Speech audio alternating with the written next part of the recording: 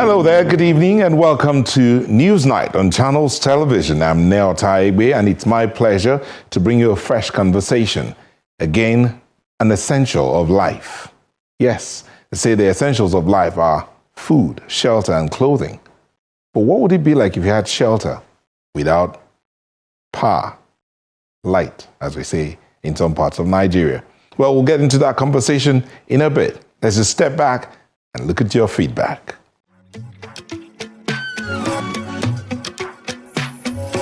In the same way they wanted to suffocate Peter Obi's political career in APGA. But he's a wise man who saw the trajectory of what was coming to the party. Imagine if the youth in each 776 local government areas work with them to design effective ways to spend the monthly allocation that will be paid directly to each local government area as a result of the landmark game-changing Supreme Court judgment. President Tinubu's media team should create a series of 3-minute videos that will explain his policies and reforms, from fuel subsidy, uniting multiple forex into one, university student loans, energy reforms, just to name a few. A lot of Nigerians don't understand them.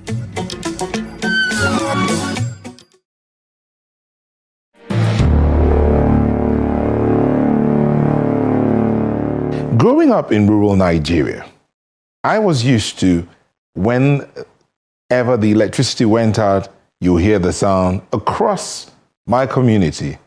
Oh. And then when the light returns here, up NEPA. Now, over time, there have been processes of privatization and all manner of interventions of government to see electricity get to the rural communities. One of those interventions or efforts by government gave birth to the Rural Electrification Agency.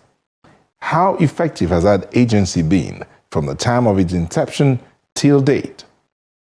We start for a conversation with one who just got into the saddle to lead that agency, and he tells us that so far in 5 years, that was before he came in, of course, he just concluded the project, they had done about 150 mini-grids and gotten over 1.5 million people electrified. Now, electrified, they're not just in the positive sense of the word. But is that what they're supposed to have done? To what extent is that agency supposed to have gone in ensuring that the rural communities in Nigeria have electricity? This is the conversation we had with the Director General of the Rural Electrification Agency. Newsnight today features the Director General of the Rural Electrification Agency, Mr. Abba Aliyu. He talks to us about what he met on ground, what they are doing, how they are intervening in the agricultural, in the health sector, and the academic sector, how many universities have received electricity, and what is being done to provide mini-grids across the country. Mr. Aliyu, thank you for speaking with us on Newsnight. Thank you very much for having me. You know, you are in one of the agencies that Nigerians would consider a lifeline. Many of them, especially the ones you're meant to serve, will tell you that they don't know about you. So, the Rural Electrification Agency has been in existence for a while. You just came in more or less. So talk to us about this. What's on ground? What did you find? And how's it been since you came on board? Thank you very much. So the Rural Electrification Agency, popularly called as REA, it's a federal government agency under the Ministry of Power. And with a specific mandate, the mandate is to identify the rural communities, unserved and underserved. And we do that by providing distributed renewable energy, whereby we create the generation plant distribution within the communities. So for communities that are not connected with the grid, we create the system whereby they get the generation distribution within that communities. The Rural Electrification Agency provide electricity in different formats. One through deployment of mini grids. Another one is by providing solar home system, or by extending the grid where the grids can connect to communities that are very close to the grid. We also provide standalone solar home systems for productive use in communities to enhance the socio-economic development of such communities. So basically, this is what we do. Now, would you say that the IRA has been doing this? Yes.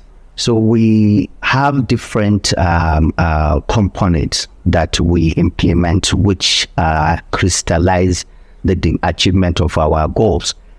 For example, we have 4 different sources of funding, which each source of funding is channeled toward a specific areas of intervention. The first source of funding is through the capital appropriation, which the National Assembly year in, year out appropriate a certain amount of money to REA, and we implement that. That funding normally covers around still providing mini grid, extending the grid, providing solar home systems, or providing productive use of equipment. The second source of funding for REA is through the electricity market. The Electricity Act has provided that the market should provide certain funding to one of the funds that REA manage, which is called the Rural Electrification Fund. That funding by the Act specifically mentioned that in a situation whereby the regulator, the Nigerian Electricity Regulatory Commission, impose fines or levies in the market, that fund should come to the REF, the Rural Electrification Fund, or the excess revenue of the regulator, certain percentage of it should also come to that fund. So that's our second source of funding. The third source of funding is the one that comes, which is mostly big, the one that comes from the development finance institution, specifically at the moment, World Bank and African Development Bank. We are implementing the Nigerian Electrification project, whereby the World Bank and the African Development Bank provided funding of $550 million that we are about to complete that project. And it will interest you to know that the World Bank has, based on the success of the Nigerian Electrification project, have provided additional funding of $750 million for a new project that we call Distributed Access Through Renewable Energy Scale-Up. That will start next month. Then the fourth and the last source of funding is through the grants that we normally get from the United Nations Development Agency. And this grant normally is provided to REA to develop proof of concept or models that can be scaled up. So we get some grants currently from United Nations Development Program, UNIDO, as well, to develop this concept. So each of these source of funding, 4 different sources of funding, is channeled towards electrifying the community and enhancing the socio-economic development of these communities. For an agency that appears to be getting so much money, I know there's no agency that tells you they have enough money. An agency that appears to be getting so much money, though, and arguably so, some will say, you don't see the light. One of the things that increases urban-rural migration is power, electricity. And most of these rural communities will tell you that they don't have electricity. And when they do see it, it's like 1 out of 24 hours. Some get to see 6 hours. Rarely do they get to see 12, unless you want to prove out 12. Yeah, so in areas where Rural Electrification Agency intervene, the situation is different. Wait, one question. Yes. Are there certain rural communities that IRA is not supposed to be intervening in? No, I meant where we already deployed our infrastructure. Such areas get more electricity than you get, even on the on-grid. They get almost 24 hours electricity, right? And it's important to understand that if you look at the numbers, Nigeria has the highest number of unelectrified people in the world. And this is because of the population grows, and the ratio at which both the electricity infrastructure and the population growth is going, right? It's not yeah. So that is one of the reasons that is affecting the people not seeing the intervention. But in areas where we intervene, right, where we provide this infrastructure, they will tell you different scenario. So let me give you an example. If you go to a community in Nasarawa Toto, which is just like 120, 130 kilometers away from Abuja, this is a community that have not been with electricity for almost a decade, right?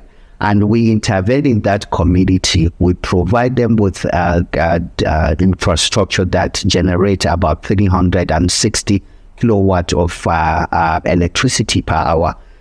Within 9 months of our intervention, the demand, and because of the coming off of more productive small and medium businesses within this community, the demand within that community has raised to over 1 megawatt. So you can see how our intervention creates more demand for electricity and crystallize socioeconomic activities in communities.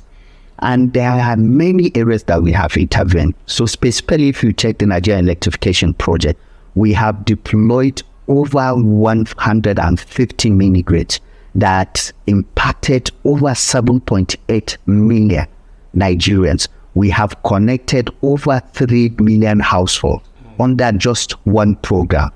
If you pick, for example, the REF, Rural Electrification Fund, call 2, we have deployed over 20 mini grids, about 25 mini grids with over 1.9 megawatts that has connected over 19,000 households.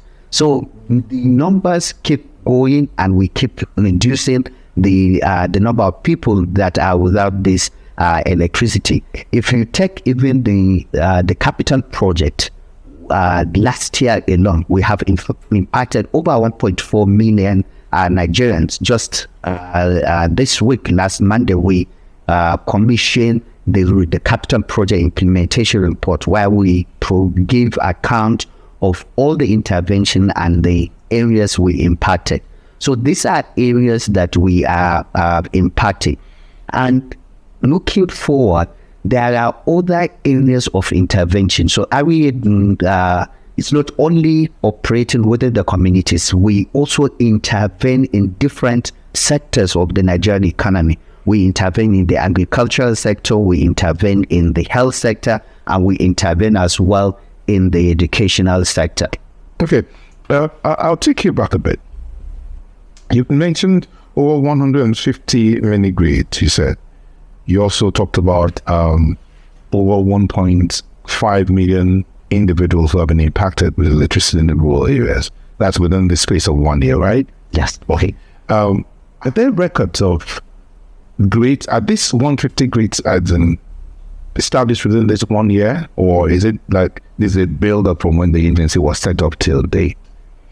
So the 150 mini grids are just what we deployed within the operation period of the Nigerian Electrification project, just one of the project that we have implemented, which operated for just 5 years. So this is something. In 5 years, we had 150 mini grids. Exactly. Yes. Now, but the REA is older than 5 years. Yes. So the question then will be, what's been going on in the REA? You may not be able to answer that because you say, I just came on board. No problem.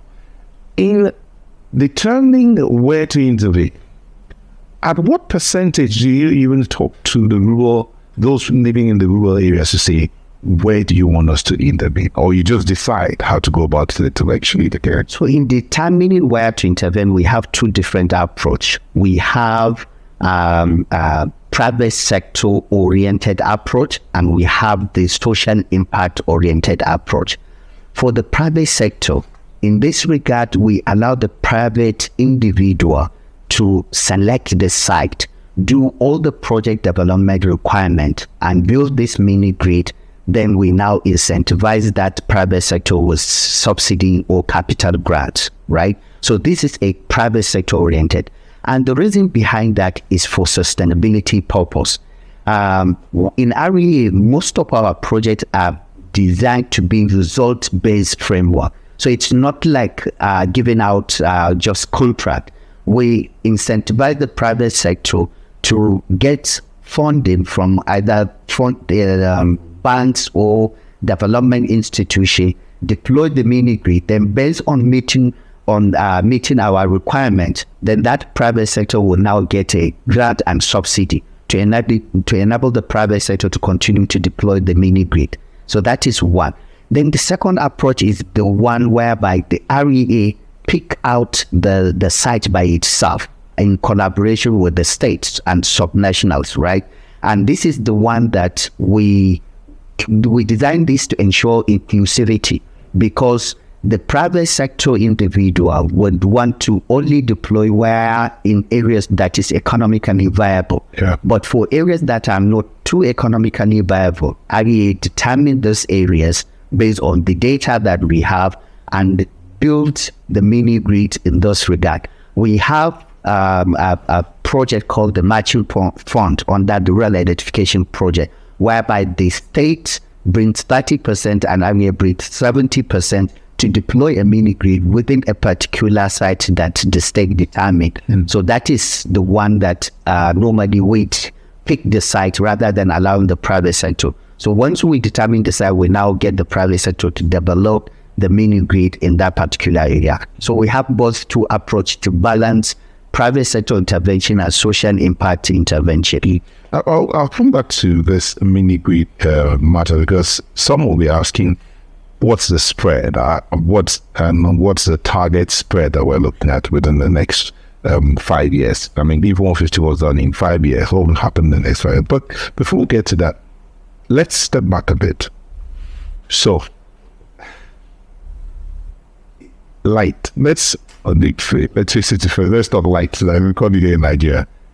Every person in the village wants to see light.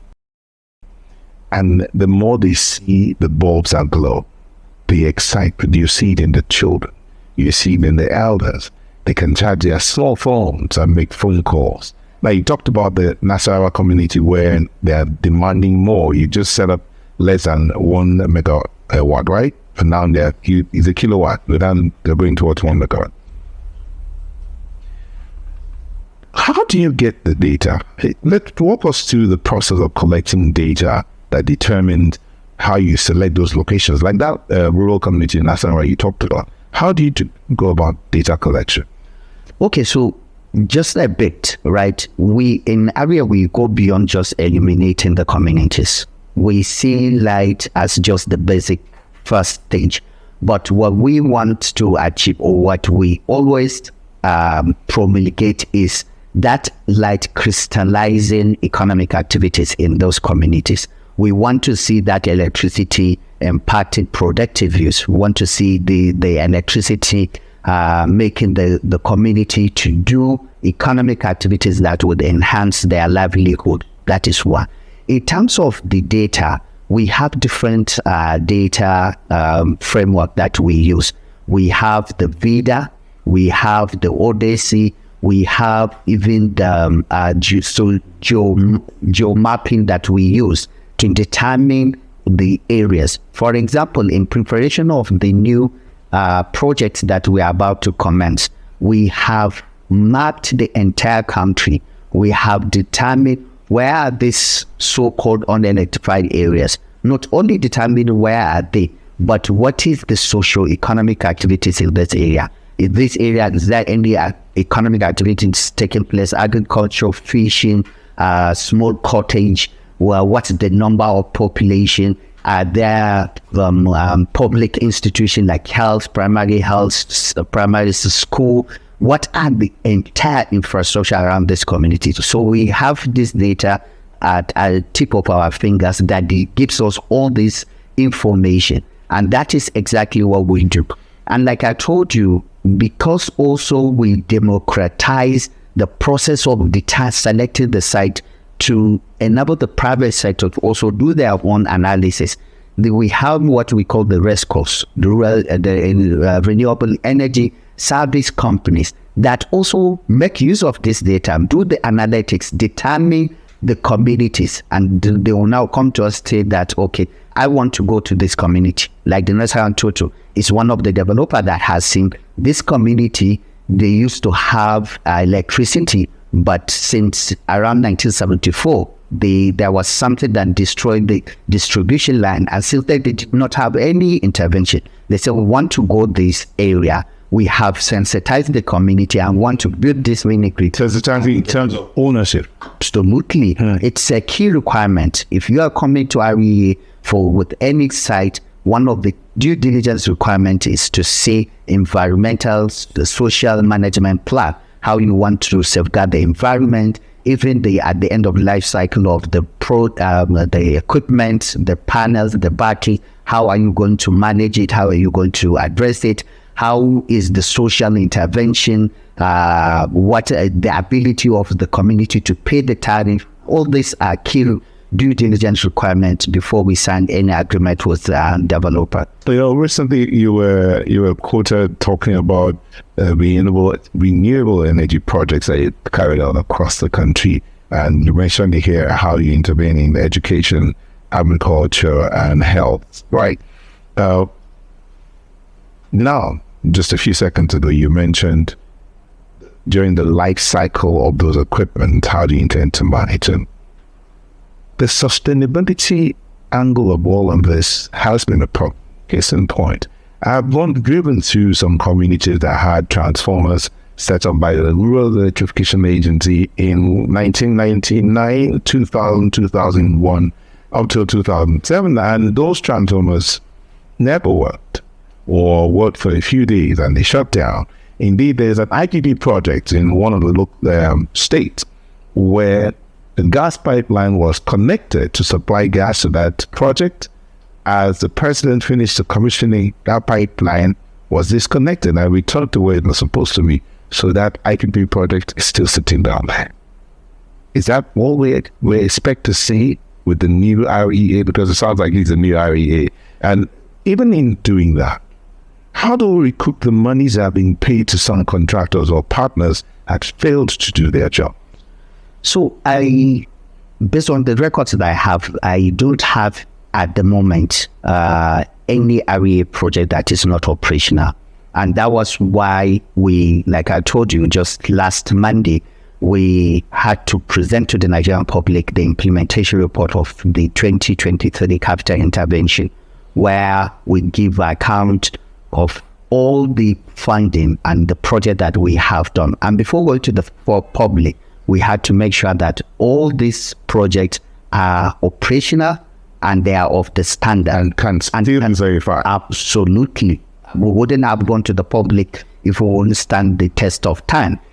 So this is one. So there's a lot of change. And I would say that there are no projects where maybe we install a transformer and it's not connected before. In this regard, it's normally as a result of the law. So if you see the budget comes with an appropriation and specific areas that we should intervene. So in these areas, at times you will now realize that the grid has not reached to where we are required to put the transformer, and our budget is low, so we have to put that transformer. But before the grid is connected to that transformer, at times you get to have a situation whereby the transformer will be vandalized. But what we are doing now to address this is what we presented to the Vice President as the National Electrification Plan. We're doing something to change the entire narrative in the country. We are developing a plan using the existing data where each state will develop a pathway to electrification. That plan is going to be step-by-step plan. We will take stock of what is the electrification level of each state. Where are they in terms of their grid extension? Where are the communities that are not connected? Where are the communities that are underserved? So we'll aggregate this plan. And what is the least costs of electrification to serve these communities that are not electrified within each state? Each state will have this plan. Then we will now aggregate it as a national electrification plan. And the plan will help the National Assembly in appropriating funding. They will use this plan to say that, okay, based on this plan, if I want to appropriate a project in Bayelsa, this is the list. This is in order of priority and in order of maximum impact. These are the communities that I should first prioritize. So this plan will provide them with this data.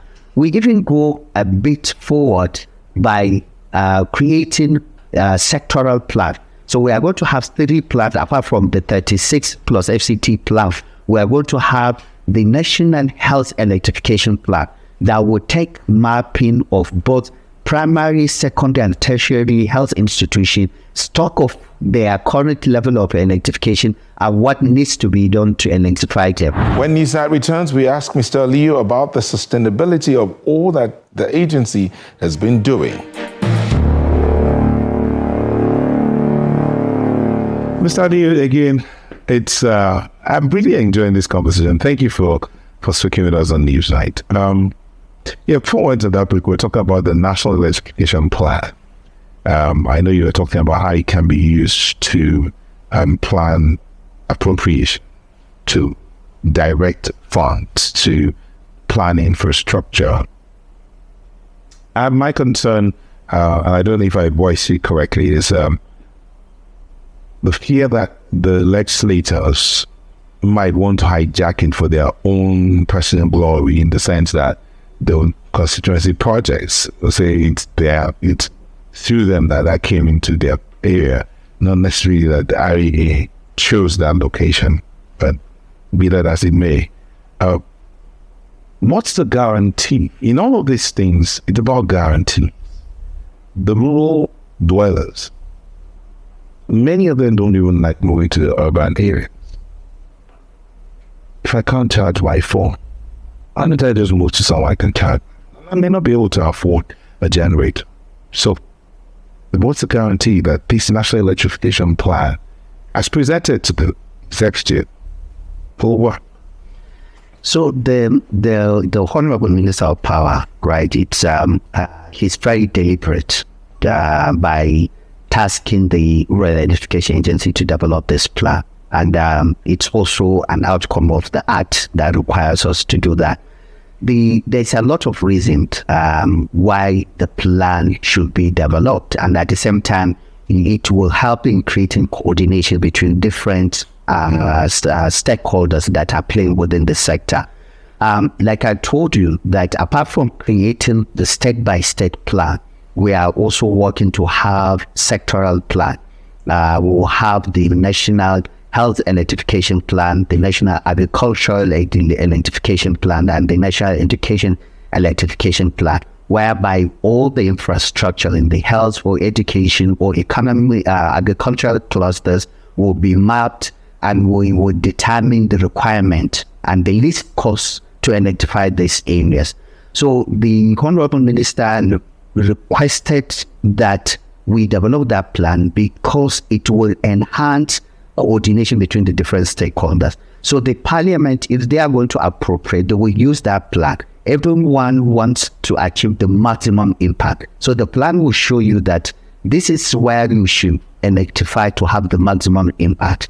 Even if not only where to electrify, but the means to electrify, it will show that for this area, extend the grid. That is the least cost of electrifying, and that will give you the maximum benefit and economic value.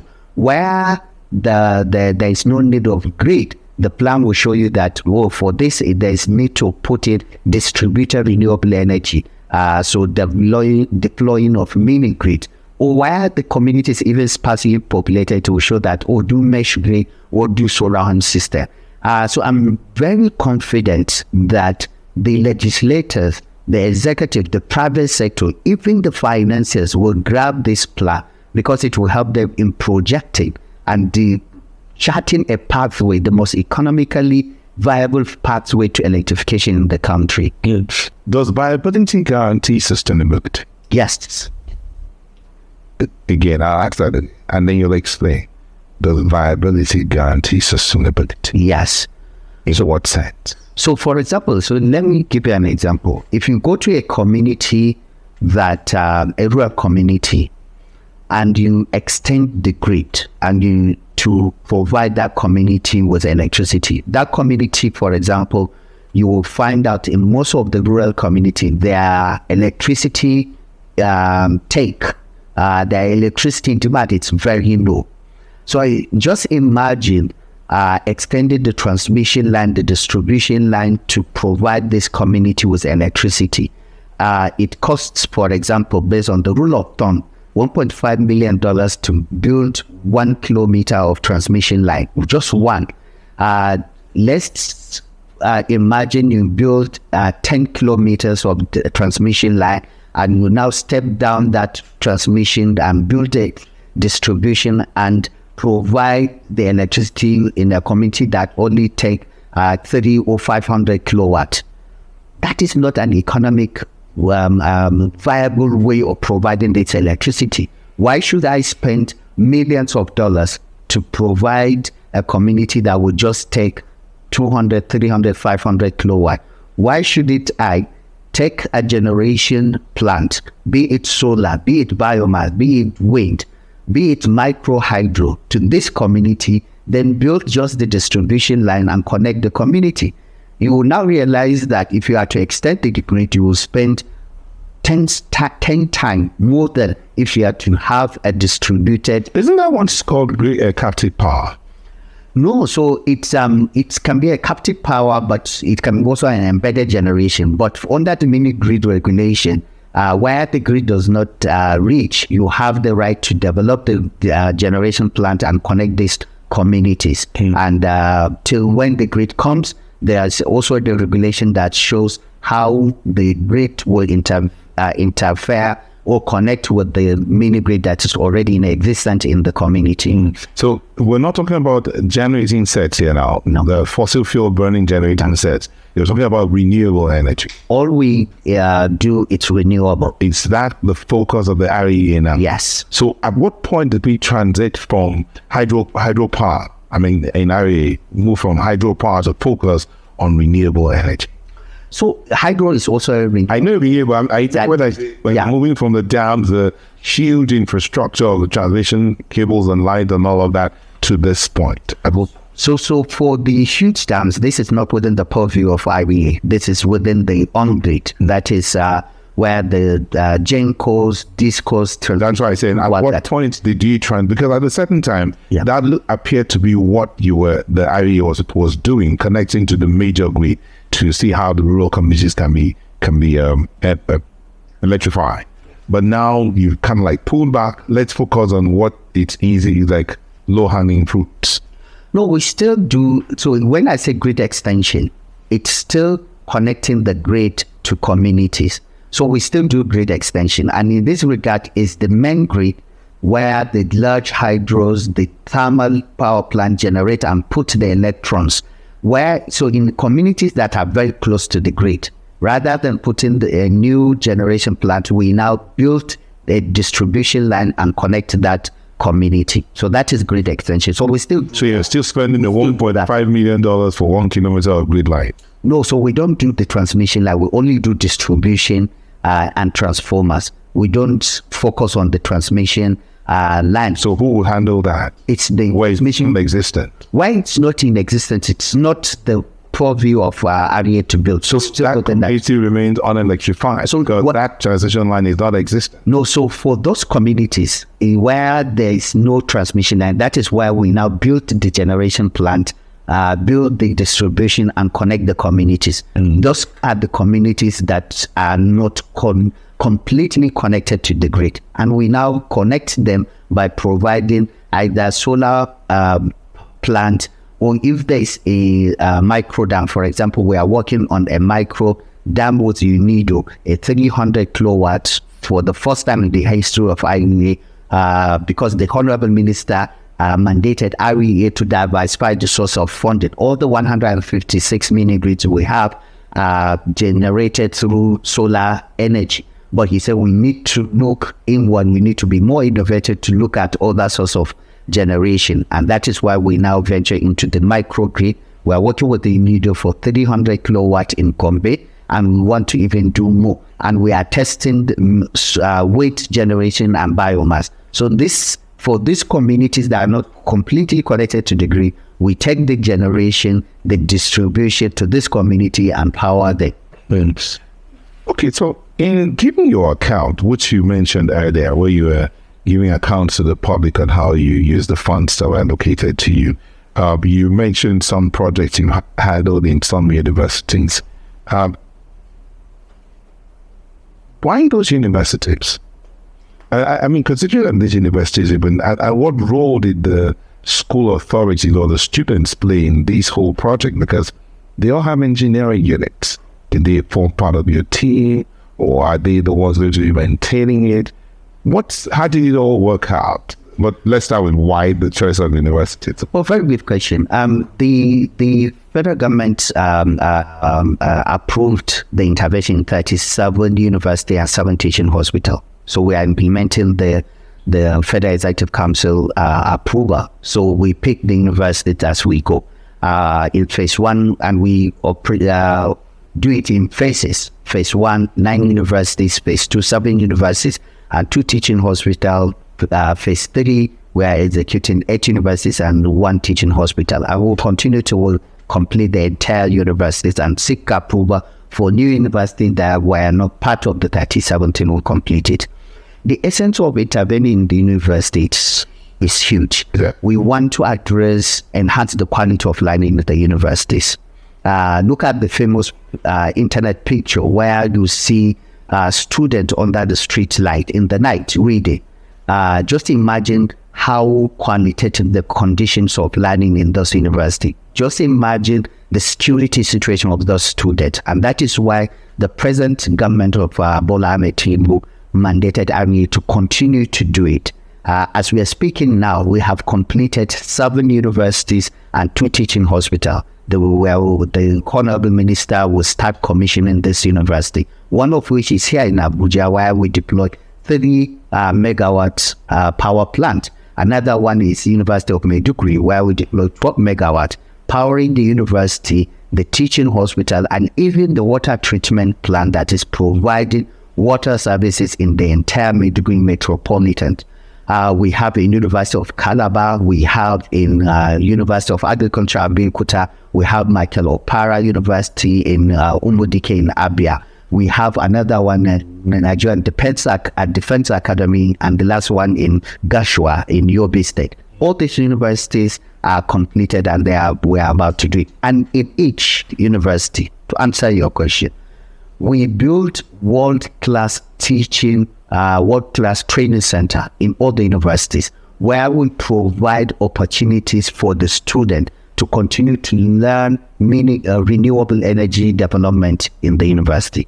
Not only that, in the deployment of this mini grid, from soil testing to commissioning, in each university, we involve 20 STEM students in the whole process of the deployment of this infrastructure. We involve the STEM students, science, technology, engineering, and mathematics, female specifically. They are all involved from soil testing to the commissioning. So, and this is our own way of building talent pipeline within the ecosystem. With the universities, the hospitals, and all of that, they have this mini grids.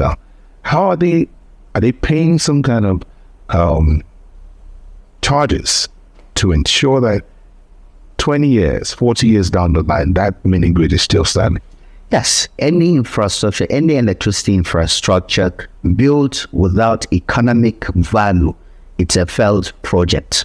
No way about that. Yeah. So in all the universities also, what we are doing is the federal government subsidize the capital cost of deploying this mini grid. So, which means that the operation and maintenance and capital replacement is the only cost that you will now incur going forward.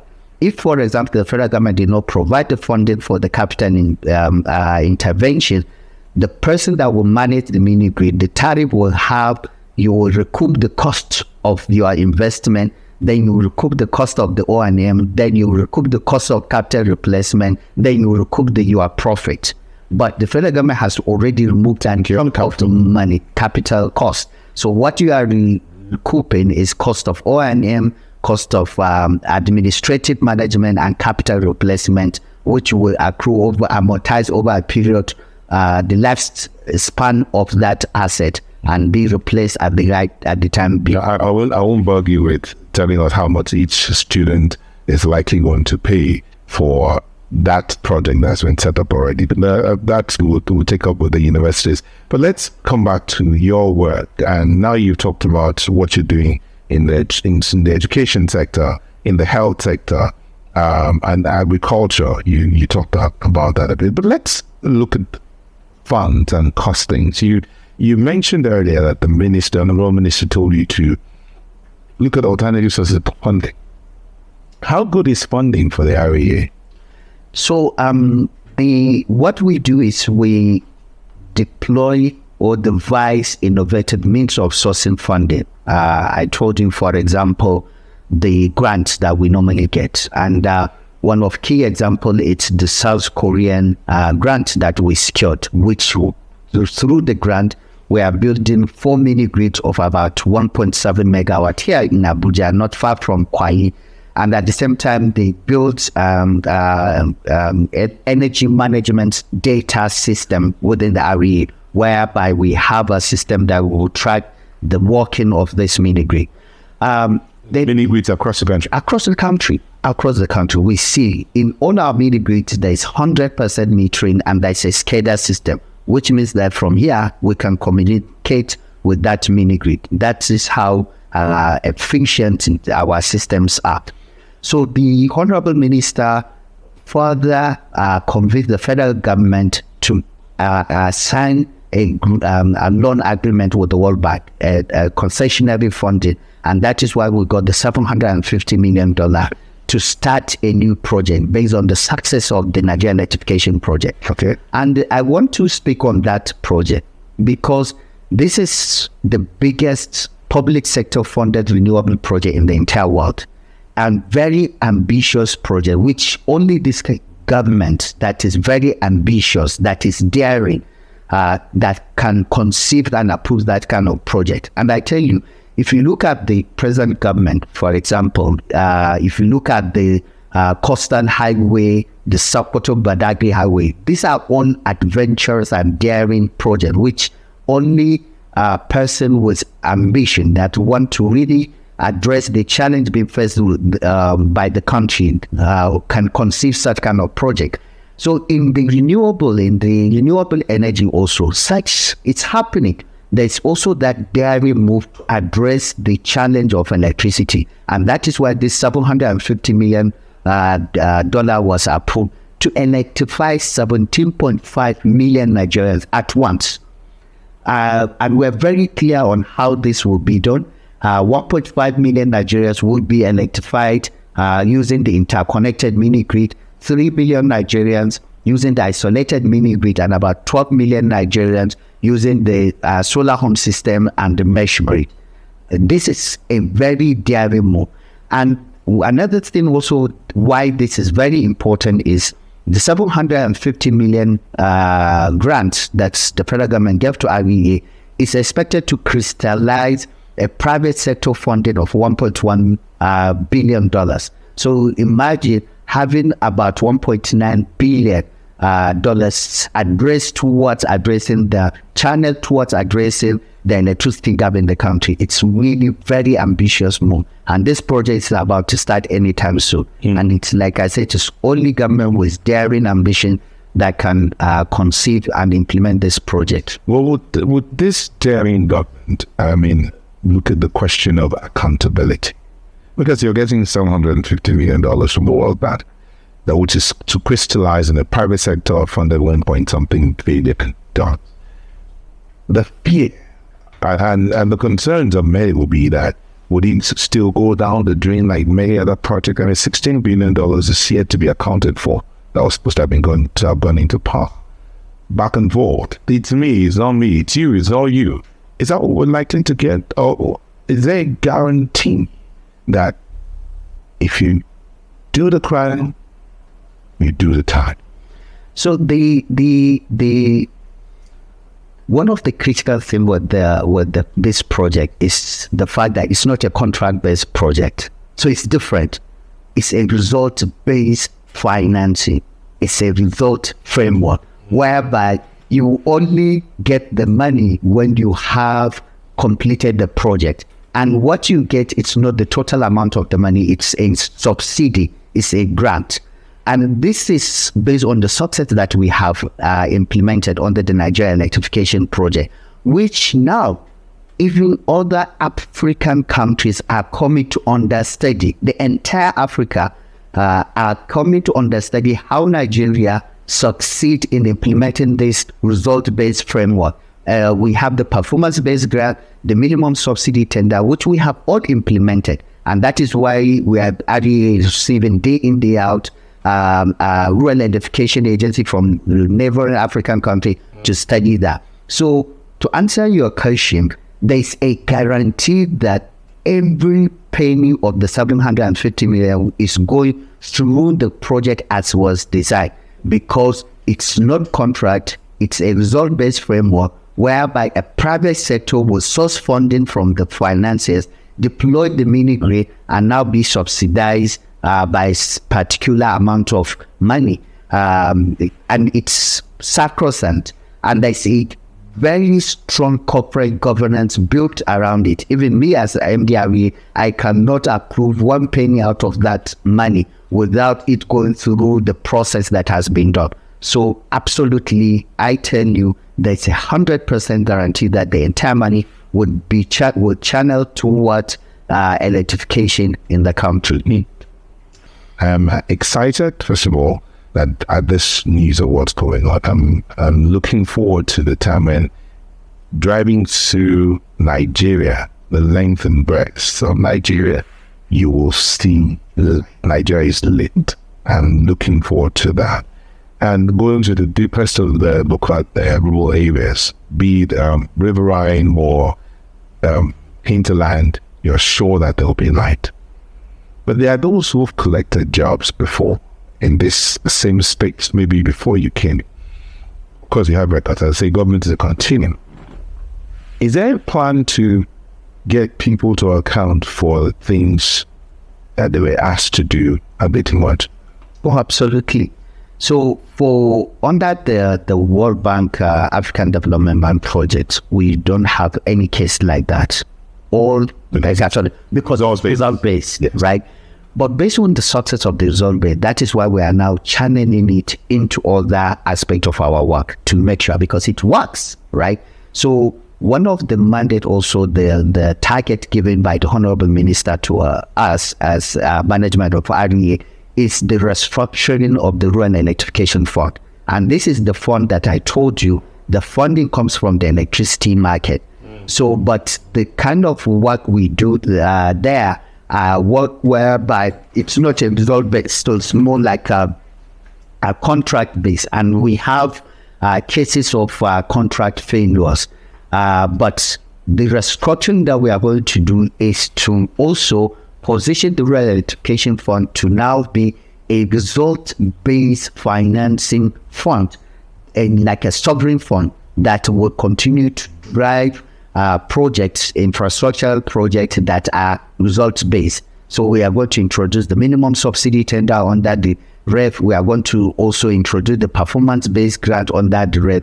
And we are going to even introduce equity investment in the renewable companies to make sure that they have a patient capital over a period of time to continue to deploy this mini grid. That is the restructuring that we are now working on.